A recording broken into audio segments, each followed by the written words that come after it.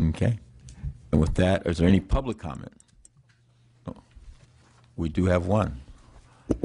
Thank you, Mr. Chair. Members, Ignacio Hernandez, and I'm actually here on behalf of the California Youth Build Coalition. We are a coalition of diverse nonprofits and also some public entities throughout California. We operate reentry and anti-recidivism programs. The model is education, job training, leadership skills, accountability to law enforcement, and also other wraparound services. And I want to thank you for the discussion on this item, and thank you for the recommendation for the stakeholders to continue to discuss this approach. And we also want to encourage all the stakeholders in this committee to continue pushing down this road. We think it could be very valuable and very productive.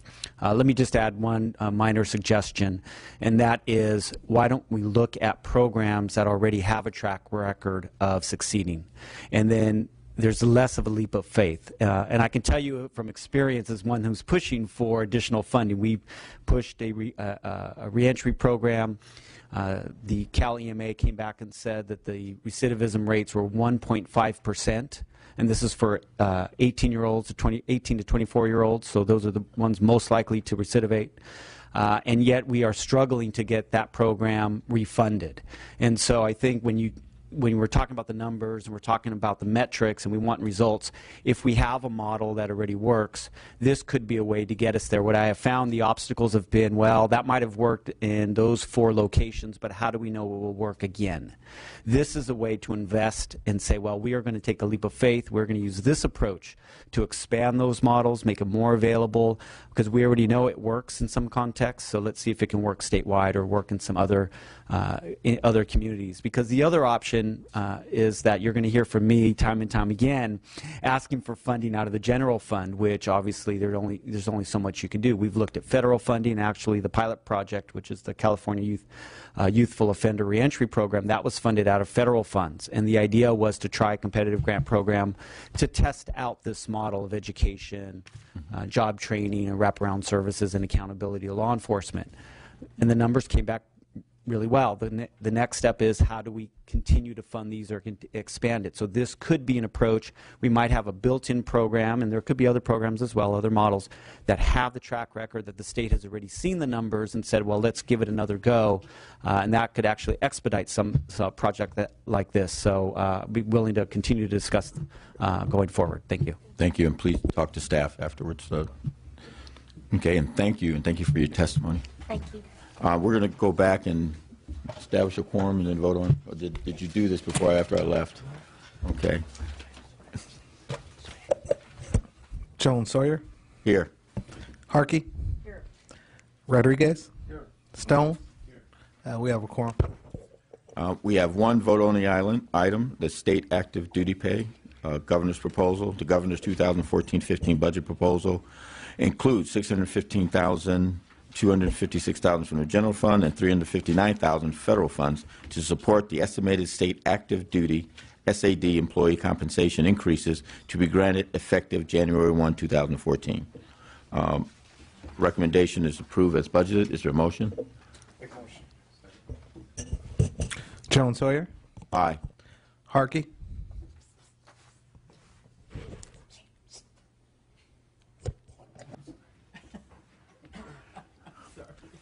We have a technical pause.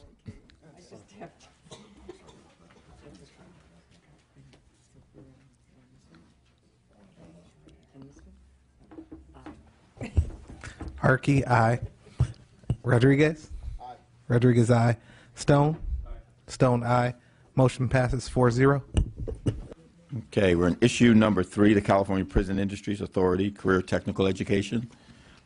California Prison Industries Authority, Department of Finance, and LAO. Okay.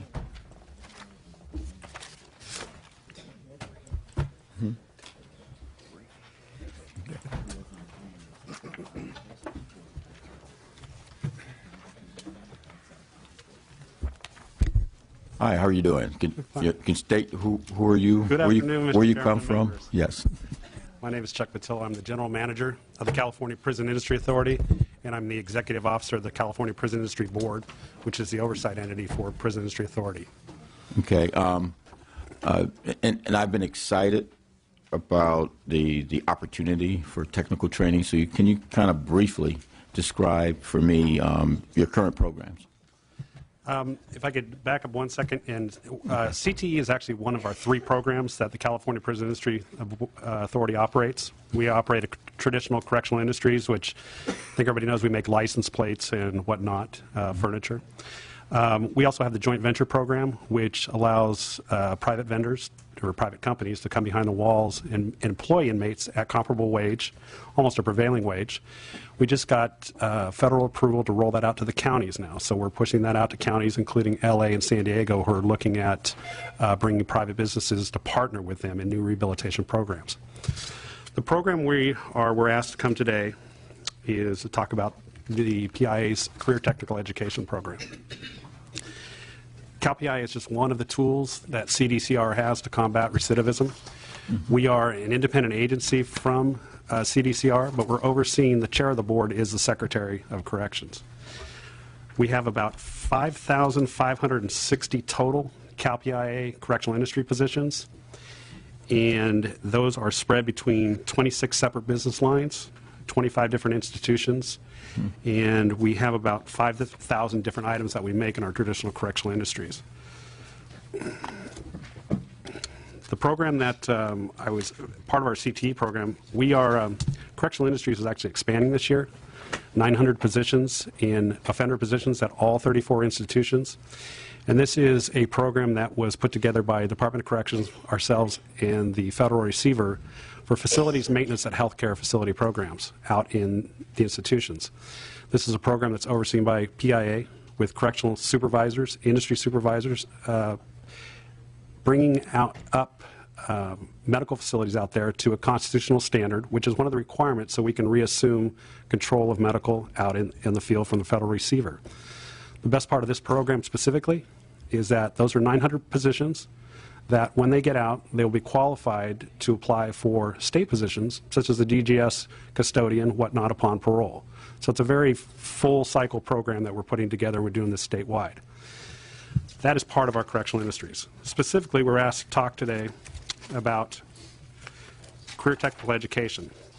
And CalPIA derives their overall authority from the Penal Code, starting with Section 2800. There's 16 simple sections that tell us what we can do, what we're supposed to do, and what we can't do.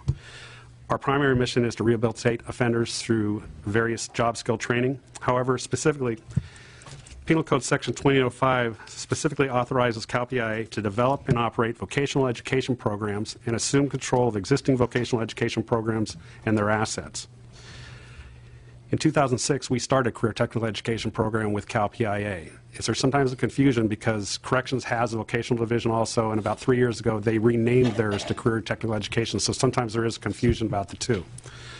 In 2006, the Prison Industry Board allocated $1 million to start this program. We started with 3 career technical education programs, actually 4. 3 of them were partners with the ironworkers, the laborers, and the carpenters union out here at Folsom State Prison, where we contracted with their training facilities that are outside normally that if you and I wanted to join the union, we'd have to go through. We brought them inside to start this union apprenticeship program inside the walls. And in addition to that, we restarted the DIVE program down at Chino, which had been a CDCR program for about 30 years before it was closed during some funding shortfalls. Those 4 programs grew in 2007 to about 16 programs system-wide when the Department of Corrections contracted with us for 3 years, $9 million, to expand that program and that program model statewide. The 3-year contract for PIA is the subject of the November 2012 Prison Industry Board study titled Career Technical Education. I heard you guys mentioned that it's important to have your data and your facts. Well, we do. We have a 3-year study that we've handed out, which shows that the cumulative recidivism rate for that 3-year program was 7.1% using all those programs. It's documented. We have the facts. Unfortunately, about the end of that time, that funding is when the bottom dropped out of everybody's budget, CDCRs, everybody, and we lost that funding. So for the 3-year period after that, PIA continued to fund a very small program again, just our 3 programs with the unions, the pile drivers down at Chino, until very recently when the CROB, California Rehabilitation Oversight Board, recommended that CDCR and us get together and see if we could rejuvenate the CTE program. That same proposal was the proposal that we brought before you last year, Mr. Chairman, that you actually funded, and it was funded in the Senate, and it got all the way through committee, and at the very last day of committee it was pulled, and that was for, I think, about $3.4 million. This year, the Department of Corrections has contracted with us on a one-year basis to fund a CTE program that we've given you a handout here. We've handed it out. Give you the... I didn't get one. Everybody got one but me. On the front of it is a map of the state of California, and it shows you all of our programs. There's various, almost 75 programs now that we're running out there. And on the back, it is specific to CTE. And the CTE programs that we have, let me back up a little bit here. We have a total of, let's see, we're doing I think it's 12 programs system-wide that we're doing right now. A majority of these, for only a total of 310 positions that we're doing in the current year. A majority of those are for female CTE programs that we run out at the Folsom Women's Facility, where we teach carpentry, construction labor. We just added computer-aided design about 2 weeks ago, facilities maintenance, and we're bringing online computer coding, which has never been done in a prison setting. Right, good say. California Institution for Women in Chino has the construction labor program. And CCWF, we're about to take off with a new Braille program and optical program that we've run before very successfully out at Folsom. The male offender programs that we run at CT, Folsom State Prison, carpentry, construction labor, and ironworking. CIM, our marine technology program, which is deep sea diving. And a temporary program that we're running at the Ventura Youth Facility in construction labor. And the purpose of that program was to renovate additional program space so we could make more space for more programs. That is scheduled to shut down on June 30th.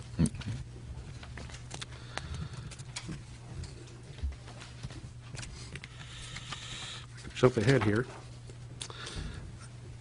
Okay. As we mentioned, there's 56% of our program slots for CTE are dedicated to females.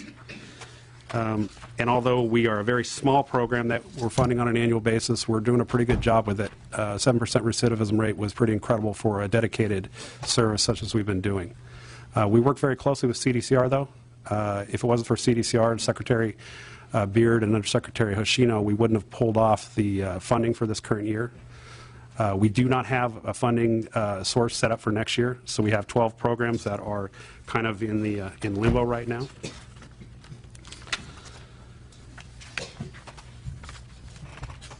I think when you look at, as you've spoken here a couple times, when you look at any program, any CTE program, you need to talk about what the recidivism savings are and being able to donate and being able to document what those are.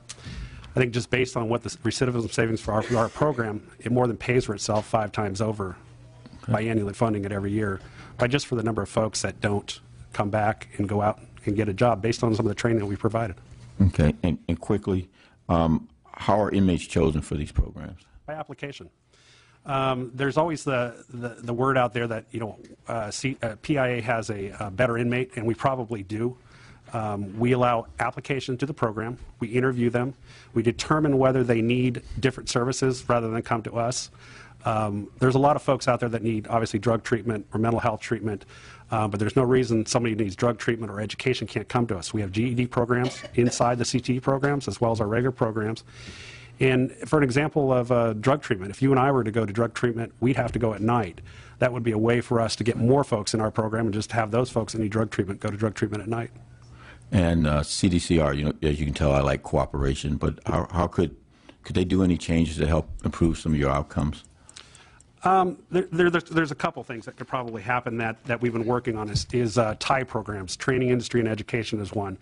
I use an example. We have 2 optical labs that make eyeglasses. We make all the eyeglasses for Medi-Cal recipients in the state of California. We are trying to set up now vocational education programs in optical, so the folks that eventually come to us have already been trained through there. We have a great example of it out at Folsom. In our metal fabrication shop, we actually have that right next to a CDCR, vocational welding program. So they're working through there. The other one would be like the drug treatment, as I was talking about. Half-day assignments. There's no reason why drug treatment can't be run at night and let folks work through the day, either with us or with vocational education. That would get a lot more people through the goose. Okay. Are there any other, well, Department of Finance and LAO? Clint Kellam, Department of Finance. We have nothing further to add. Okay. Sarah Larson with the Legislative Analyst Office. We just had a couple of questions to make, or a couple of comments to make, pardon me. You can ask a question. As Mr. Patillo mentioned, we're all about the data, and the data in the 2012 report are particularly good at showing the recidivism reduction effects of Cal PIA's program, as well as the cost effectiveness of the CTE programs that they run. We would also encourage the legislature to consider, kind of in this context, the cost effectiveness of all the CTE programs provided through CDCR. So in our recent report on the governor's budget proposals related to the 3-judge panel, we did recommend that the legislature have an independent evaluation performed of CDCR's rehabilitation programs, and that would include factors such as how many inmates are participating, how many inmates are completing the program, what the recidivism reduction effects are, and what the cost effectiveness of the programs are. And with that sort of data, the legislature would be able to kind of evaluate holistically whether the Cal PIA CTE programs perhaps might be a more cost-effective and more effective investment than some of the other CTE programs run by CDCR. Great. Thank you. Any committee members have any questions? No. And I lost two. Is there any public comment? Someone from the back.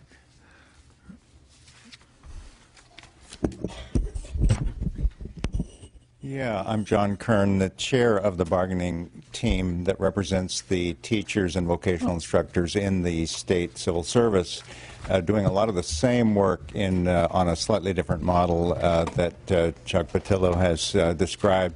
And I do have to rise and do a couple of things. One is to thank the LAO for the recommendation that the state take a look at the recidivism reduction impacts of the work we've been doing for many decades, and in a frustrating environment where the department itself and no one else seems to be able to point to what we think of as obvious recidivism reduction effects of the work that we do. And when I say we, I mean I myself have been a vocational instructor in horticulture for 25 years in the system, and know former inmates personally that have benefited from the program and have stayed out of trouble ever since. So it's been a frustration for many years that we can't seem to get that documented and credit for it.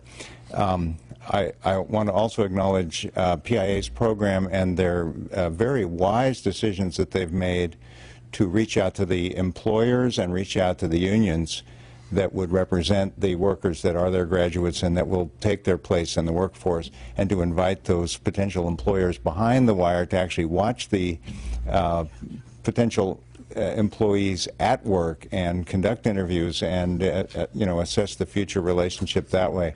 It makes a whole lot of sense, and it's painful to report that the rest of the CTE program operated by the department seems to be neglecting the relationships across the wire that are really quite important.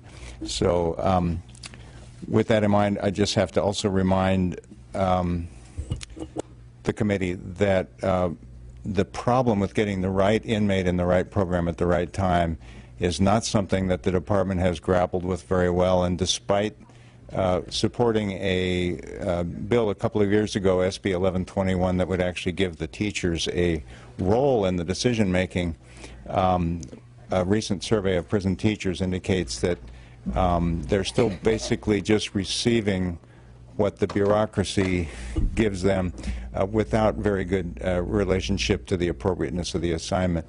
A challenge that PIA has been able to overcome with their application process, their ability to create minimum standards, their ability to demand a GED be produced by their workers within a 2-year period, I think, correct me if I'm wrong. And so there are a lot of lessons that could be learned from the PIA model and transferred and scaled up. to what the rest of the department does, which is obviously dealing with a much larger inmate population than the select group that PIA is doing really excellent work with. Thank you. Thanks. And thank you for your testimony. It was a discussion item only. I didn't know if Ms. Harkey's now here. I don't know if you had any questions about the PIA. Okay.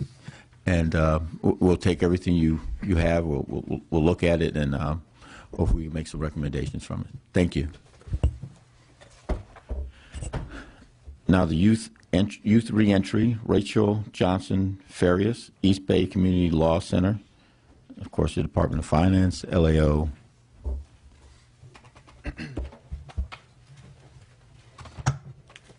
Good afternoon. Good afternoon.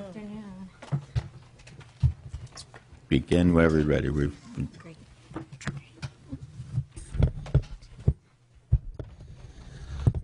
Thank you and good afternoon. My name is Rachel Johnson Farias, and I manage youth reentry legal services at the East Bay Community Law Center in Alameda County. With me is Andrea Brown, who is the head of the Juvenile Public Defender's Office in Alameda County. At the East Bay Community Law Center, my division provides representation for young people seeking to get their juvenile record sealed, and we also deal with general legal services in order to holistically address the collateral consequences of a juvenile record. Most of our clients are ready and willing to work, but their records stand in the way. Throughout California, the record sealing process can take anywhere from 2 to 9 months. It requires a lot of time and effort to prepare a successful petition, but thanks to leaders like Chairman John Sawyer and Assemblymember Skinner, legislation is pending that will hopefully eliminate unnecessarily burdensome obstacles to record sealing. Through helping young people seal their juvenile records, I have learned that the more resources we invest in transition-age youth, the less likely that those youth will be involved in the adult criminal justice system. As a youth reentry advocate, I urge the Assembly Budget Subcommittee to consider investing in community-based and run transition centers for youth returning from out-of-county placements. In my county of Alameda, almost all juvenile justice system involved youth are referred out of county for treatment.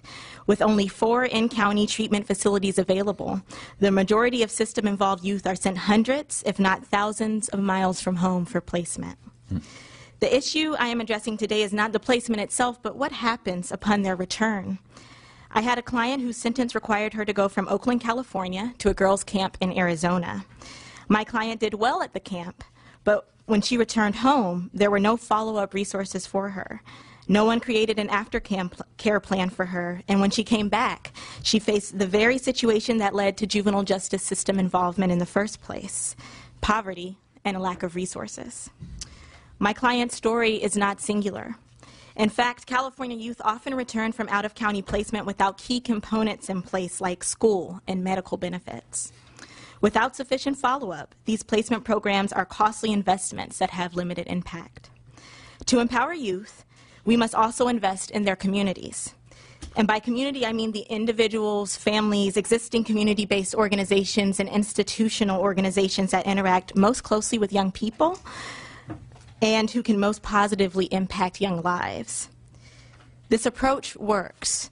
In Alameda County, the Public Defender's Office, in partnership with the courts and community-based organizations like the Mentoring Center in Oakland, are preparing aftercare plans for system-involved girls 90 days before their treatment program ends. The model is called Girls Court, and the individualized plans created for each of the girls involved include setting up medical benefits, timing school enrollment so that the young person can actually adjust to new school placement, and verifying that homes to which young people are returning are ready to receive the young person again. The work takes some effort, but the outcomes for youth involved in the program are far more positive than outcomes for youth who don't receive assistance during the crucial transition home. The time is now to expand on comprehensive holistic models like Girls Court so that all youth have the best chance at reintegration. When I invest in my clients, not only do my clients experience a restoration of dignitary interests, but they see that the system can work for them, and they respect it more accordingly. Dignity and a greater sense of respect keeps young people from the adult criminal justice system and encourages them to contribute positively to their communities. Again, I urge the committee to strongly consider investing in California's youth at this crucial stage in their lives, because investing in California's youth is a wise investment in California's future. Thank you. Thank you.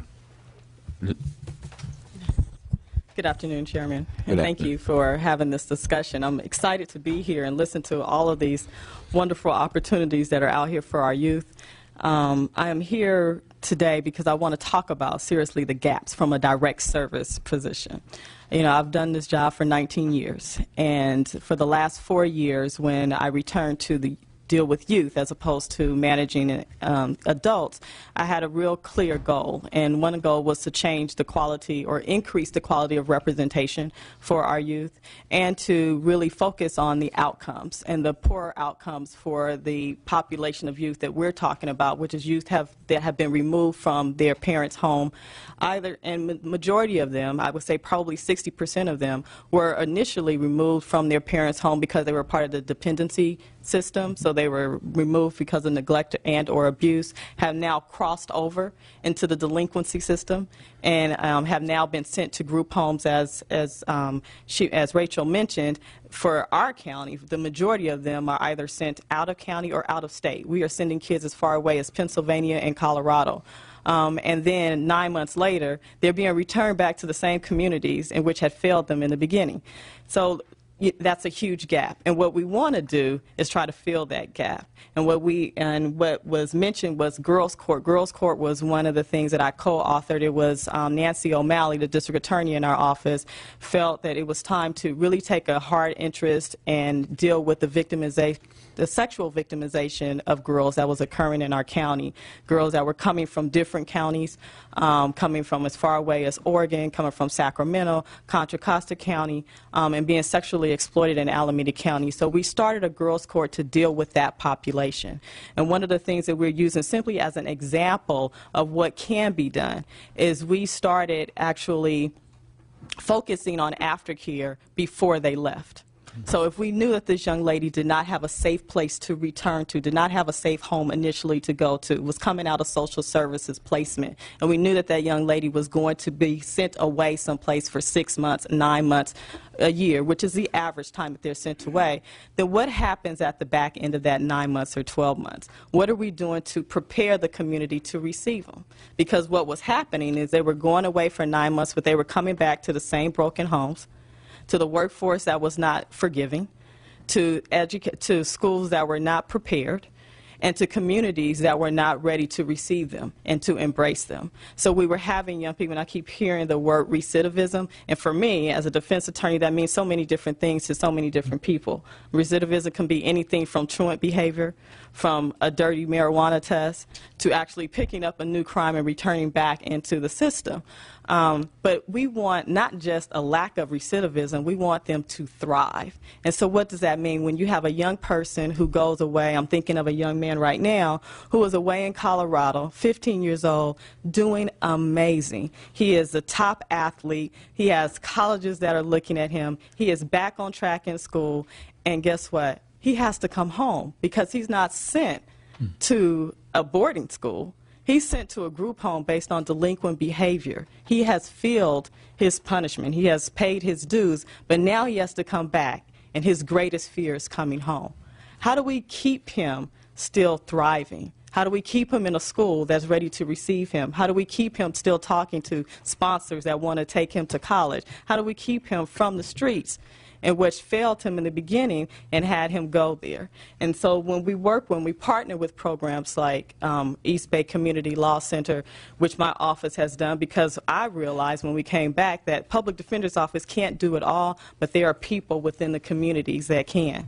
So we partner with the Mentoring Center, we partner with East Bay Community Law Center, we partner with places like Youth Uprising, and we begin to put together a plan 90 days before they come home, so that we can start addressing those issues and create warm handoffs so that we can hopefully increase outcomes and help these young people thrive outside of the delinquency system.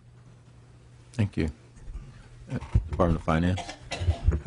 We don't have anything specific to add on specifically the reentry efforts or out-of-county placements or those types of activities. The administration has shown commitment over the past several years of reducing the state juvenile justice population, kind of bringing them back to the community, keeping them close to the families, kind of in an effort to try to make this make their lives effective afterwards. And we remain committed to the population that we do continue, which is very small but is a high-need population. Thank you. LAO. Leah Moore, Legislative Analyst Office. We have nothing to add to this. Okay. And thank you. Ms. Harkey. Yeah. I really appreciate your passion here, both of you, quite honestly, and you from the Public Defender's Office? Yes, Alameda County Public Defender's Office. Okay, well, you make a very good point. You're strong about it, and I wish you luck with your programs because, quite honestly, what you said is very, very true. You put them out in another area, and they're thriving and doing really well, and then all of a sudden, whammo, you're right back again, and what do you do? Where are your activities? What do you return to? And so I'm very, very sympathetic with that effort. And if I can ever be of help, let me know, because I think it's a very important point. Especially we've got so many young people coming up, and when economic times are hard, and even when they're not. But right now, I think there's a big need to ensure we get productive citizens. Thank you. Thank you. And I, too, want to thank you for coming and testifying. It's good to show that there's bright lights out there, that there's angels out there, there's people out there doing good work, and that that you're still doing what needs to be done. I'm going to have public comment now. Is there any public comment?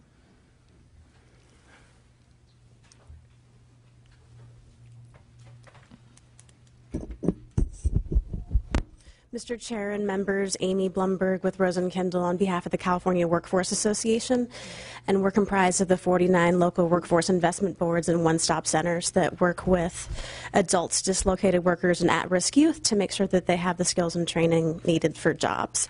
And another component in order to have youth thrive after they've been in the system is job training, specifically work-based learning. And so we just want to encourage the committee to consider that. It's been over a decade, since 1999, since the state of California has invested in job training for youth. That was $1.2 million back in 1999. We have data and examples of very effective programs from around the state, ranging from Marin County, LA County, Long Beach, San Diego, and I'm happy to provide the committee with the data. Thank you. Okay. And I would like to get more information because in my district, we're probably the hub of human trafficking right now, and it's especially among women. It's really, really prevalent and it's bad. And they just closed the Kenyon Juvenile Justice Center, which was a big help in the community. So if you talk to us about the Girl Court. Absolutely. I'm happy to do that. Okay. Yes, ma'am. Hi, I'm Magna Carta by law. I'm Soares Queen Elizabeth, number 3. I'm the chair of the House of Windsor. I have been birthing through a lot of agencies and a lot of projects, manufacturing plants for one. I'll be the new Crown Imperial, where we'll be birthing through a new luxury vehicle. I'm also a Rolls-Royce Harris, I'm Maserati, I'm Lamborghini, I'm British Motors. And I have a whole lot of ideas for our youth and our young offenders that have been in the penitentiary that are coming home. So we're going to be doing a whole lot of furloughs concerning work projects. And when we build, Crown Imperial, we will be employing about 3,000 to 4,000 people. It's going to be built in the state of California, the state of Sacramento. So God gave me that revelation about a year ago, December 2012 going into 13. So I am Crown Imperial. My grandma's also Rolls-Royce. I'm Rolls-Royce Harris. So we're going to be coming forward with a whole lot of new projects concerning manufacturing plants. I've seen toys, I've seen bicycles, I've seen motorcycles. So we plan on building in the future some new manufacturing plants that will be basically used for a whole lot of mentorship programs for our youth so they can stay out of trouble. So I just want to introduce myself as Queen Elizabeth number 3. So as Queen Elizabeth, I'm Rolls Royce. I'm also Crown Imperial. So you guys look for me, okay? Thank you very much for your testimony. And with that, thank you for coming out here today. Thank you so much. Thank you. Issue number 1, California Military Department Work for Warriors program. California Military Department, Department of Finance, LAO's office. It's